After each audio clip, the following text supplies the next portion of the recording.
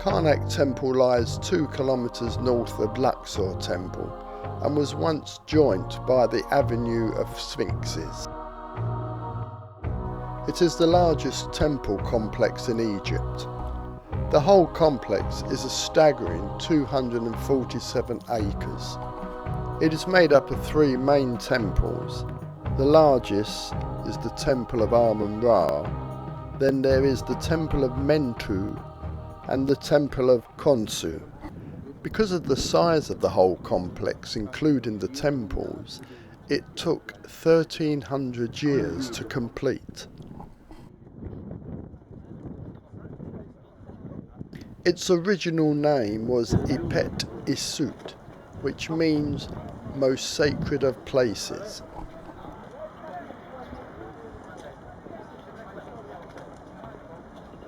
You enter the complex through the first pylons, which were actually the last pylons to be built. The temple here was built from the centre outwards. Passing through the pylons, you come into the forecourt of Ramesses. The dominant feature here is the only surviving column of the Nubian pharaoh Taharqa.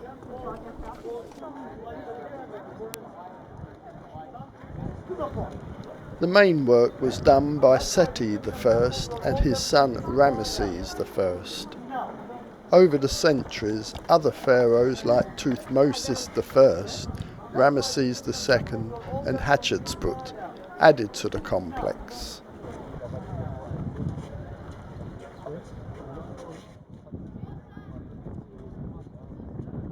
Like other temples in Egypt, this enormous complex was buried under sand.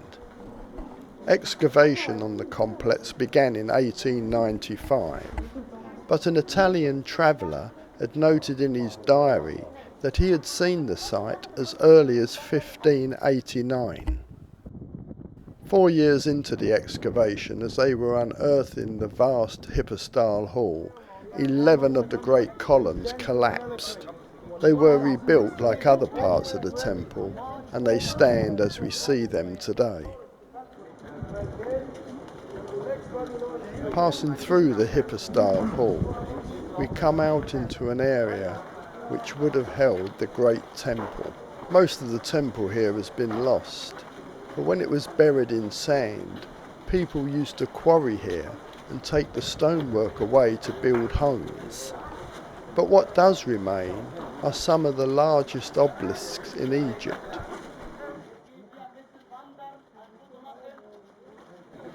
Hatshepsut's obelisk is 97 foot tall and weighs 320 tons. And as we saw in the quarry at Aswan, these obelisks are one solid piece of granite. The second obelisk was built by Hatshepsut's father, Thutmose II, and is 75 feet tall. Hatshepsut erected many obelisks, of which can be found throughout the world, in London, Rome, Istanbul and New York.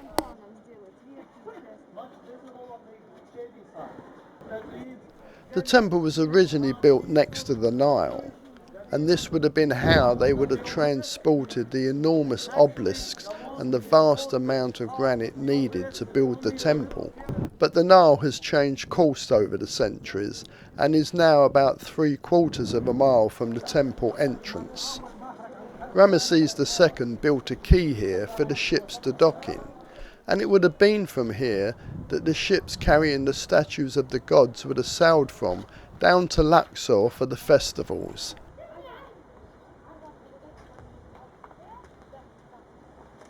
Not much remains of the Temple of Amun, but enough to give you an idea of how it would have looked.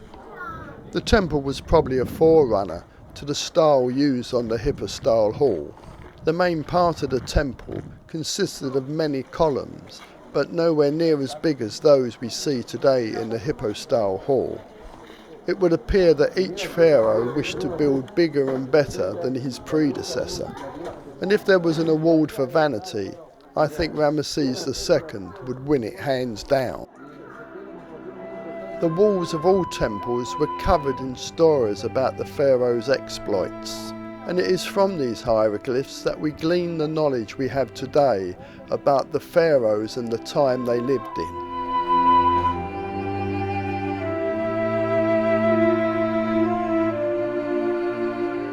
The most impressive part of the temple complex is the Hippo Stylehaul. The hall covers an area of 61 acres or 54,000 square feet. There are in total 134 columns. The outer columns of the hall are 50 feet high. The inner columns are 65 feet high.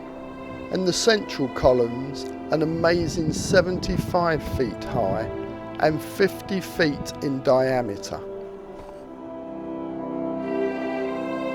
It was Amenhotep III who started the building work on the Hippo Stylehaul, and then Seti I carried it on, and his son Ramesses II completed it.